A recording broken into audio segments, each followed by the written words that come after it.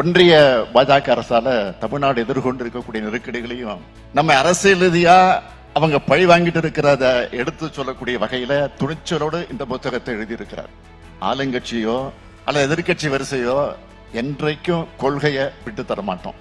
தமிழ்நாட்டுடைய உரிமைக்கு குரல் கொடுப்போம் என்பதற்கான அடையாளம் தான் இந்த வெளியீட்டு விழா நிகழ்ச்சி. தேசிய கொள்கை 2020 எனும் மதையான புத்தகத்தோட தலைப்ப மொத்த கருத்தையும் சொல்லிடுச்சு. இப்படி ஒரு கல்வி கொள்கையை ஒன்றிய பாஜக அரசு உருவாக்கினப்பவே புதிய கல்விக் கொள்கை என்ற மத யானையை தமிழகத்துக்குள் புகுந்து கல்வியில் சிறந்த தமிழ்நாட்டை நாசப்படுத்திடவோ, காலம் காலமா நாம் போற்றி வரக்கூடிய சமூக நீதி மற்றும் சமூக நீதி கொள்கைக்கு கேடு ஏற்படுத்திடவோ அனுமதிக்க கூடாதுன்னு வருமுன் காப்பதே அறிவிடம்னு தலைவர் கலைஞர் அவர்கள் அன்றைக்கு அறிக்கையாக வெளியிட்டார்.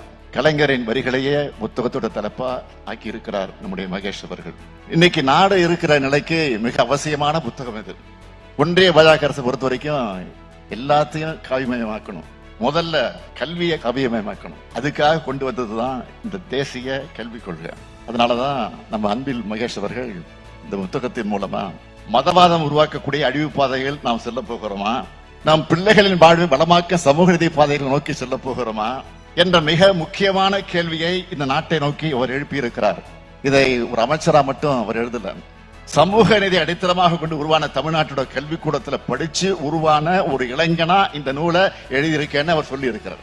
என்னை பொறுத்த வரைக்கும் தமிழ்நாட்டோட இளைஞனா, இந்திய நாட்டு குடிமகனா, திராவிட முன்னேற்ற கழகத்துடைய தொண்டனா தன்னுடைய கடமையை சிறப்பா செஞ்சிருக்கிறார் தம்பி மகேஷ் அவர்கள். இந்த புத்தகத்துல நாம ஏன் சமூக நீதி பார்வையோட தேசிய கல்விக் கொள்கையை எதிர்க்கிறோம்னு விரிவா எழுதியிருக்கிறார். பாஜகவோட திட்டங்கள், அதோட செயல்பாடுகள், அதோட எதிர்கால எண்ணங்கள் இதையெல்லாம் பார்த்துதான் தேசிய கல்விக் கொள்கையை ஏற்றுக்க மாட்டோம்னு திட்டவட்டமா சொல்றோம்.